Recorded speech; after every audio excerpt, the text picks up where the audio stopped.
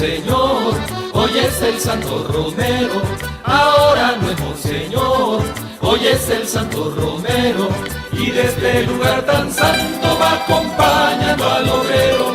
Y de este lugar tan santo va acompañando al obrero. El diablo se equivocó, como siempre se equivoca. El diablo se equivocó, como siempre se equivoca, al querer callar la boca del hombre que se dio entero, porque vive con nosotros Oscar Arnulfo Romero. Ahora no es Monseñor, hoy es el Santo Romero. Ahora no es Monseñor, hoy es el Santo Romero. Y de este lugar tan santo va acompañando al obrero. Y de este lugar tan santo va acompañando al obrero. Ahora el Santo Romero va iluminando el camino. Ahora el Santo Romero va iluminando el camino. Por eso lucha más fuerte el hermano campesino. Por eso lucha más fuerte el hermano campesino. Oigan lo que estoy diciendo, pónganle mucha atención. Oigan lo que estoy diciendo, pónganle mucha atención. Que no desmayemos nunca hasta lograr la liberación. Que no desmayemos nunca hasta lograr la liberación.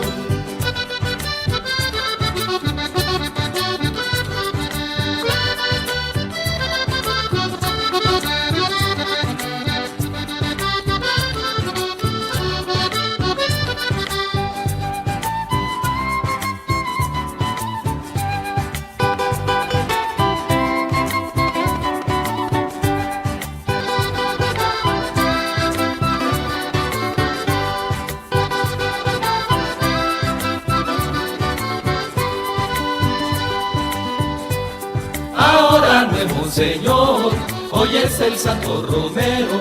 Ahora no es Monseñor, hoy es el Santo Romero. Y de este lugar tan santo va acompañando al obrero. Y de este lugar tan santo va acompañando al obrero.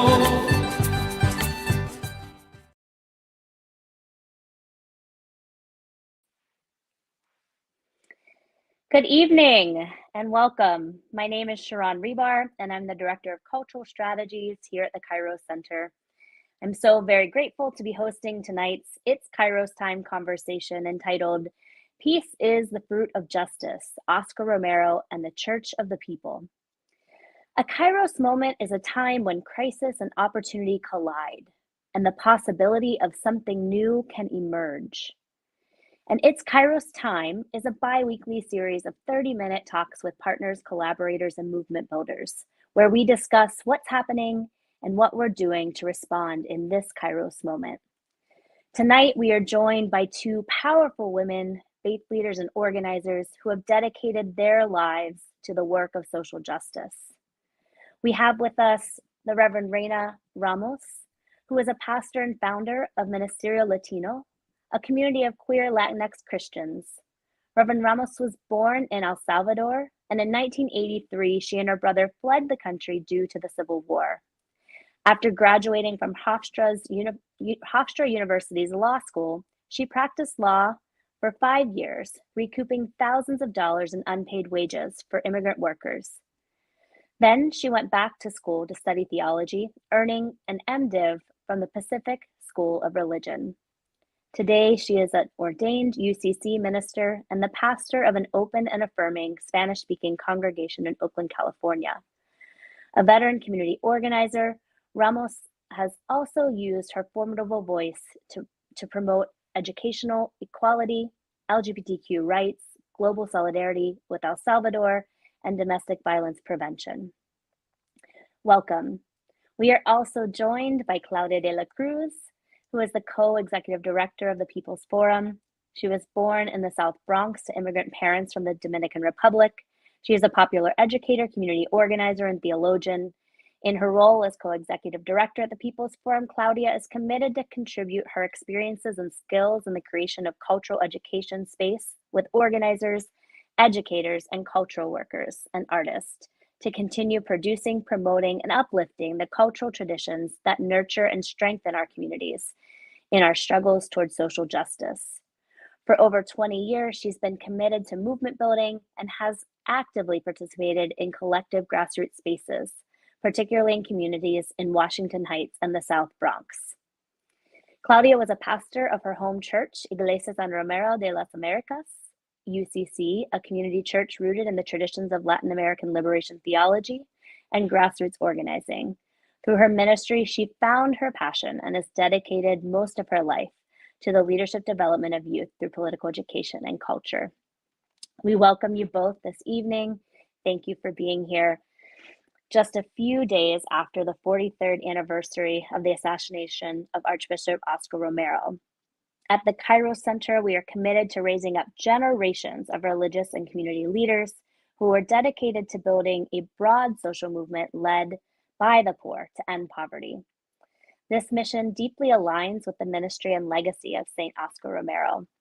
And it's why we are here tonight to talk with you all about what Romero and the tradition of liberation theology has to say to the realities we are facing in the world today, and how it influenced your life and your work. So I wanted to take a moment just to frame our conversation tonight for those that are tuning in that might not know as much about liberation theology or Oscar Romero, and was going to ask our guests if they can help me do that. Claudia, as a former pastor of a community church rooted in the tradition of Latin American theology, just wondering if you can offer those listening a brief description of what is the liberation theology all about? I know that's a huge question, but Yeah, thank you, Sharon. And it's really, really great to be with you and be with Pastor Rena, and with the Kairos family. I think it's important to raise that liberation theology emerges as a response to the theology of oppression that has existed for many, many years. One that has served to enslave, to conquer, to colonize, to justify the exploitation of the many at the hands of the few.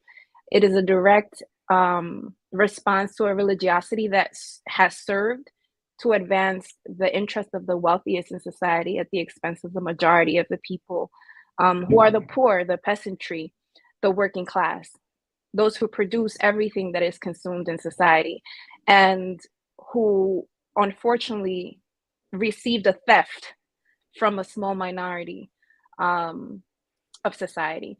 It's it's I think in a lot of ways a theology that seeks to deconstruct oppression, exploitation, and it reclaims the historical Jesus. A historical Jesus that was a Palestinian Jew, that was a homeless person, that walked humbly with the people, that placed people who were marginalized in his society at the front and center. Jesus, the friend, the companion, the comrade, the co-conspirator, a teacher and revolutionary with humanistic values and practices. This is the Jesus, the historical Jesus that liberation theology tries to reclaim. And liberation theology emerges in a particular global context that I think it's important to bring forth, and it's not a context that is solely of Latin America, although liberation theology has its roots in Latin America. It's not exclusively of Latin America. It's a context of the expansion and cementing of the US imperialist forces.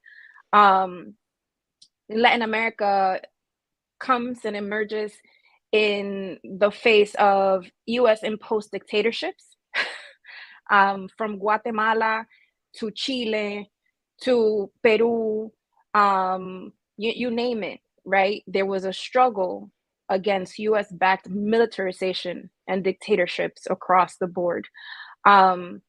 These imposed governments, regimes produced poverty and underdevelopment through extraction, the extraction of resources, of labor, the imposition of multinational corporations in those territories as well.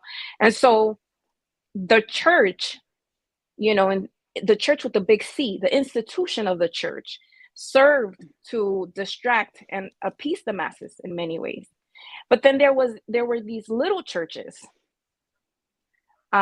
with the small c, that were community churches, that were the churches that actually received those who were fleeing the persecution as activists, that provided spaces for organizations to have their political meetings, that created what is now known as las misas campesinas, the peasantry masses or services for folks to be able to come in and build community within the church.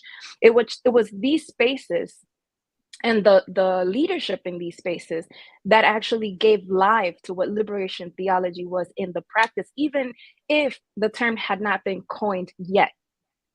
They stood in opposition to a leadership that literally blessed weapons to kill its own people. Like the leadership, archbishops, high leaders of the church would bless the weapons that would kill the people, would bless the dictators that would give the orders. It also emerges in a context of revolutionary fervor and working class struggle and resistance, right? Because there's no way in world history, in human history, where there has been repression without resistance. And so it emerges in a context of resistance. It emerges in a moment where there's a Cuban revolution that is taking place and wins, when there is a revolution in Nicaragua, when there are armed struggles, and there's the liberation front in Colombia that's taking up arms, and you actually have Camilo Torres, who was a priest who took up arms as well. You have the comunidades eclesiales de base, which are these small groups that develop methods of teaching the peasantry how to read, how to analyze their context, but more importantly, how to organize in their communities, how to become organized and agents of change in their communities. And so these spaces were led by people of faith, some who were organizers in trade unions and other sectors, and also socialists who are also part of that process of educating people. And so, again, it's a product of its context. Later, these experiences lead to the different political movements that emerged. Like in 1971, there was a Christians for Socialism movement that was formed, a coalition to promote socialism in the name of the gospel. In the 1980s, the Christian movement committed to popular struggles emerged, which provided a space for activist Christians. There are multiple liberation theologians that we could mention. There is Father Rutilio Grande, who actually preceded Romero and who was his friend. The killing of Rutilio Grande was what politicized Oscar Romero in El Salvador. There's also Helder Cámara, there's Pedro Casaldilla in Brazil, Sergio Arce in Cuba, Ignacio Ellacuria, who was a Spaniard who was killed in El Salvador, Jose Miguel Bonino from Argentina, and the list is endless. There were also nuns that they're barely ever mentioned, but they were martyred. A lot of them were martyred and raped, like the sisters Ita Ford, Maura Clark, Dorothy Casel, Jean Donovan. These women were killed and raped in El Salvador by US-backed forces. And so the revolutionary political character of liberation theology has its focus on poverty, on reclaiming the agency of the poor and dispossessed as a force to transform the reality and create what God ordained, which is peace with justice, because you can't have one without the other. And of course, acknowledging the struggle to deconstruct capitalism, imperialism, and rebuild society, humanity, and the planet as a living process, not an event, something that we take on for our lives, to be able to co-create with God, co-create with divinity, what is ordained on this earth.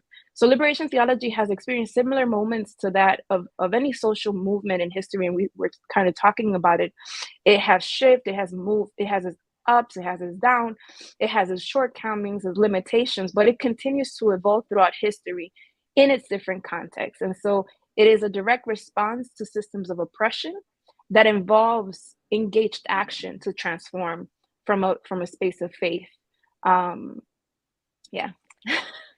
Thank you. That was a lot to cover in a very short amount of time, and you did it wonderfully. And I think really framing it for us in this context of, a real struggle of, repression and power and empire on one side, right? And the people's resistance to that, and really wanting to bring about, what we talk about as Christianity, that Jesus, like what was that really about, and who is it for, right? I think that's a really important to be reflecting on in this moment. And wanted to ask Pastor Rena, where did Oscar Romero enter into this conversation, and what was the significance of who he was in El Salvador within the context that Claudia was just setting? So I always say I was fortunate to have been born in El Salvador and to have lived through the 80s to understand what justice fought from a place of your faithful commitment is like, what in reality looks like. I was between 10 and 11 when Oscar Romero got killed. And I remember so vividly that night. I was still in El Salvador, and a neighbor came and knocked at our door and told my mother, Romero has been killed. And I saw my mother's face drop. And I remember how somber that night was. It was very heavy and tense because we couldn't cry Romero out loud, because then we could have been targeted as leftists and followers of Romero. Although we were followers of Romero and played the homilies every Sunday in the radio. And one time we even had the opportunity to go to see him in the cathedral, because my mother says, we're taking the entire family to cathedral to be at a homily and be blessed by Romero. And we went, and I just remember of the time sitting all the way in the back, because the cathedral was packed with hundreds of people. And the other thing I remember is he will finish a sentence and people will get up in a standing ovation and clap for several minutes. And I was a child, so I don't remember his homily that day. I will not lie to you and say and quote it, because I don't remember it. But what I do remember is how moving it was to see all those people listening to something that will make them just clamor and get up from their seats and applaud. And now that I'm an adult and I read his homilies and I understand that part of his homilies were the list of the disappeared, the places that were being massacred, he says his clear demand to stop repression by the armed forces to the people of El Salvador. I cannot believe he was saying that from the pulpit, because at the time we needed to tame ourselves from what we said in public. I remember having a tape of revolutionary music that I will hide under the sink every morning, just in case we were ever raided, because that happened in the place where I used to live. In the neighborhood I used to live, there were many teachers, and teachers were targeted by the army. So I will listen in the night very quietly, and then I will place it under the sink, just in case they will find my revolutionary music, and that was it. And I had a revolutionary father who also, although he didn't live with us anymore, in his sporadic visits, he will explain he was fighting so that in El Salvador, the dream of a poor kid of being a doctor was not just a dream. And that's what he used to say to me. He used to indoctrinate me about how communists weren't bad people, and how he had been in Cuba, and I didn't have to fear that for El Salvador. And so imagine being 8, 9, 10 and getting all these ideas, but pretty much and pretty soon understanding that there are ideas you need to live for. And then we saw the persecuted church in El Salvador, and Romero was killed.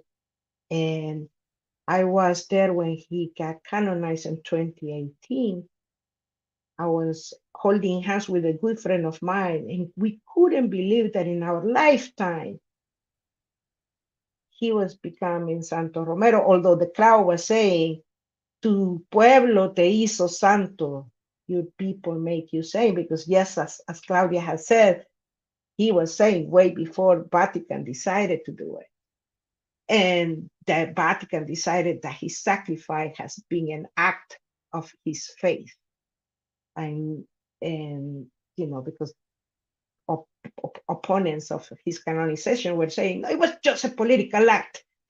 But your faith moves you to be all you are, your values, your soul. And so, I mean, Romero, I am a very proud child of Romero. And I believe in what he said. He resurrected in all of us. And I'm glad that I have been part of the historic times.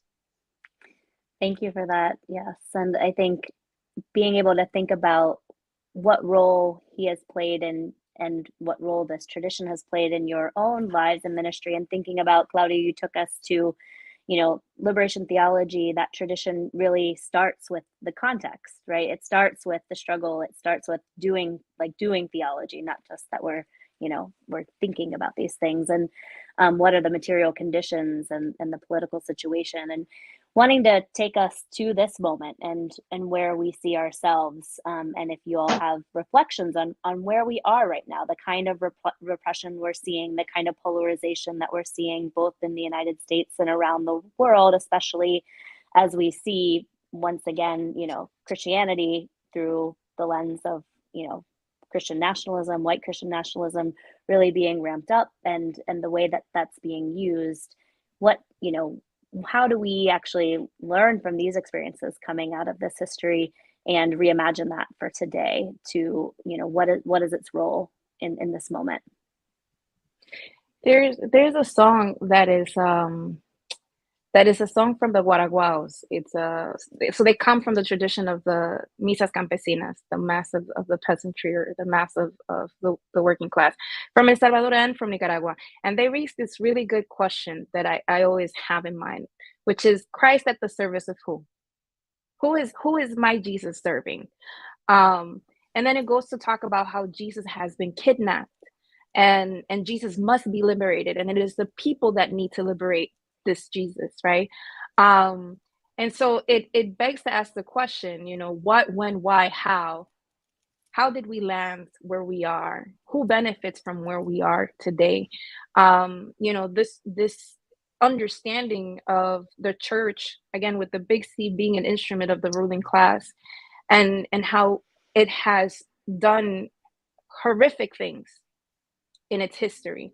This battle for Christianity, this battle for faith, the battle for emotions, the battle for ideas, is a terrain that has been dominated by the wealthy, because obviously they have the social, political, and economic power to do that. The ways we are taught to listen passively to the message, to feel good on Sunday and forget about church for the rest of the week.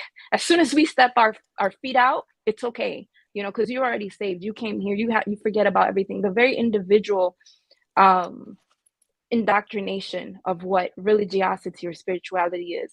And the reality is that, reality, our material conditions challenge us to be engaged in the world. As poor people, we need to work to survive.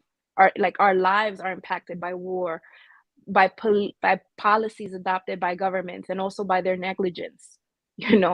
COVID-19, we kind of refer to that, like the government allowed for millions of people to die. We're impacted by decisions of divesting from schools to invest in policing. All of these decisions all of these things are material things that impact us. And the most conservative forces have understood this.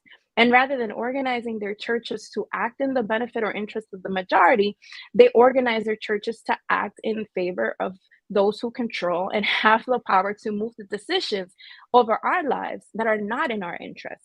And so, what do we do? Is a question. Who does our Jesus, who does our God, who does our church serve?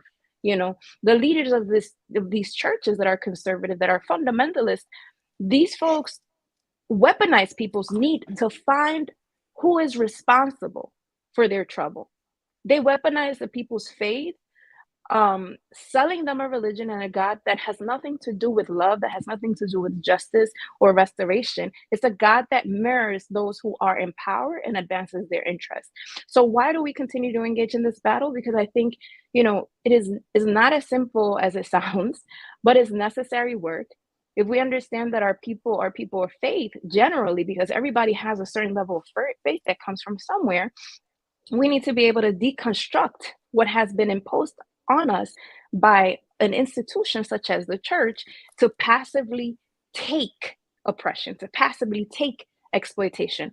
So at this particular moment where we're living multiple levels of crisis, the church shouldn't become a space where people just come to get distracted from the outside world. People should become fortified and should be able to deepen their consciousness in church so that they could come out and be agents of change, to transform the reality. Like, our task is to advance the struggles and win the power that allows us to live dignified lives as God intended. And if our church isn't doing that, then we need to ask ourselves, what Christ are we praying to? What Jesus, what God is it that we're serving? Because my God doesn't believe that we were born to be exploited, oppressed, and marginalized. And so, yeah. Sorry, I get heated. No, I'm ready to make a shirt. The church must be fortifying us to be agents of change. I'm ready. Thank you for that. Yeah, and Reverend Rena, do you want to bring us into your ministry too, that you started, and how, in many ways I think it was a response to what we're talking about as well. So I went to seminary because practicing law had burned me out. So I went to seminary to recover from practicing law, but I never intended to be a pastor. And it just occurred to me to be a pastor once it was very clear to me that having grown up both Catholic and then Protestant, that I needed a space that took everything that I was: immigrant, Latina, Spanish speaking, Christian, and that place didn't exist in the Spanish speaking churches, and also lesbian. So I had to create that space, and that's when I started dreaming of becoming a pastor, to start the church I started in December 2011, so that everything could come into the church door. And we created Ministerio Latino with a good friend called Carla Perez, and started meeting in my apartment until we grew, and then Mother Church, Plymouth United Church of Christ, took us under their wing, and we've been meeting there since then, after our little group started growing, and we are home to the entire LGBTQ umbrella. And when the caravans of LGBTQ siblings were coming north, ended up in the Bay Area, they started attending our services and were surprised that we were welcoming them as they were. Because trans women told me that in Tijuana border, she was asked by a church leader to go and change as a man in order to come and have services, food, or use the restroom at our church. And that is what I think most traditional churches do, especially in the Latino community. They want to change people's essence and people's divine presence in creation, just how God had intended them to be. And so Ministerio Latino came out of the need of not having a place like that.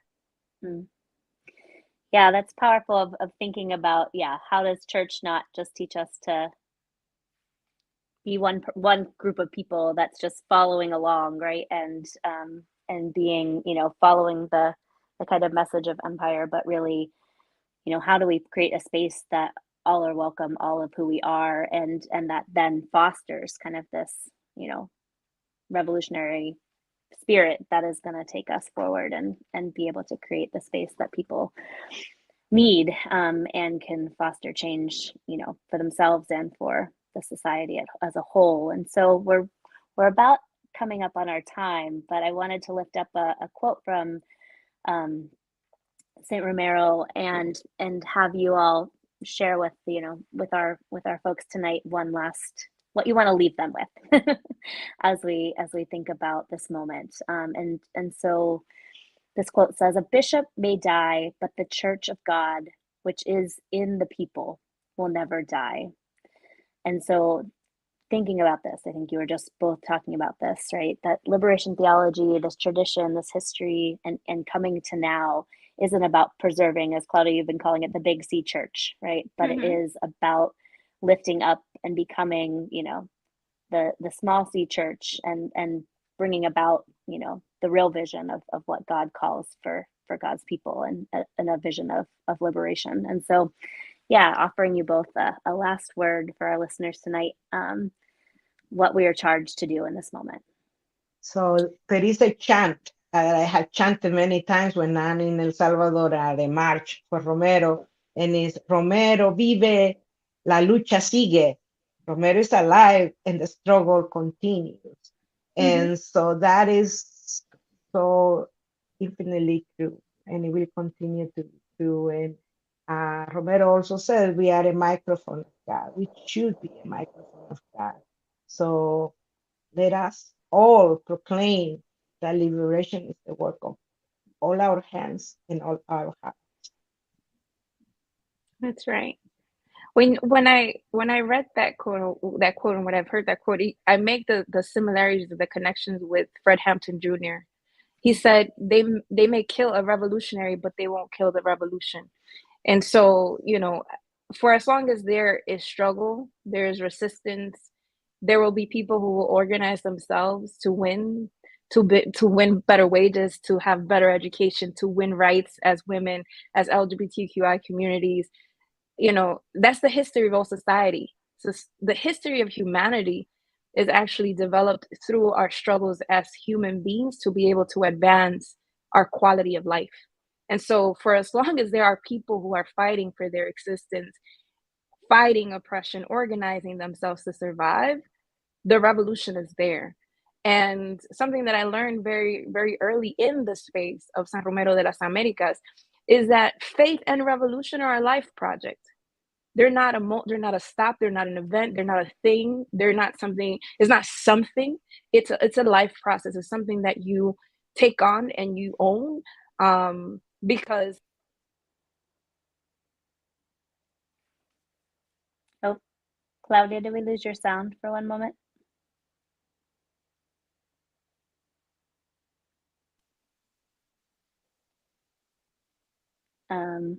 Do we have you?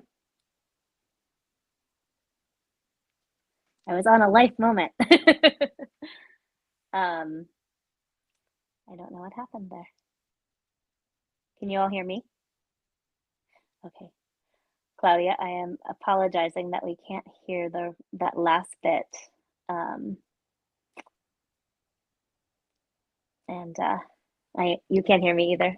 We lost Claudia's sound as she was taking us home there, and calling us forward to really live into this moment, and wanting to remind us that we are building a freedom church, that we are building a church of the people, and a church that is committed to revolutionary struggle. And I want to close us this evening by thanking Claudia, even though we missed her last few words here, and Pastor Rena for joining, and lifting up Romero, lifting up the struggle, and lifting up that we are continuing to push forward today. There's a song I'm going to just share a few words of from our friends, the Peace Poets, that says, your liberation is my liberation, and my liberation is your liberation. So let me hear the people say, let's get free, because that's what we are fighting for in this moment and for our futures. So with that,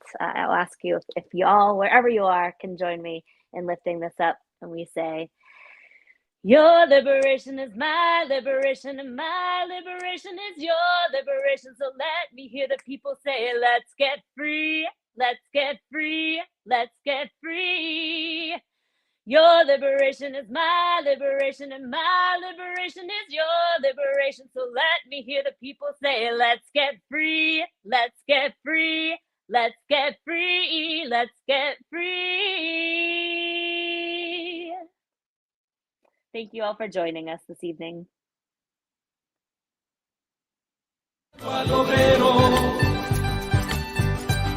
El 24 de marzo salió una mano asesina. El 24 de marzo salió una mano asesina. Y de una forma cobarde por un sueldo quitó una vida. Y de una forma cobarde por un sueldo quitó una vida. Mas no sabía ese loco lo que estaba cometiendo, mas no sabía ese loco lo que estaba cometiendo, dándole fuego a la mecha del pueblo que sigue ardiendo, dándole fuego a la mecha del pueblo que sigue ardiendo. Ahora nuevo Señor, hoy es el Santo Romero. Ahora nuevo Señor, hoy es el Santo Romero. Y de este lugar tan santo va acompañando al obrero. Y de este lugar tan santo va acompañando al obrero. Y de este lugar tan santo va acompañando al obrero. Y de este lugar tan santo va acompañando al obrero.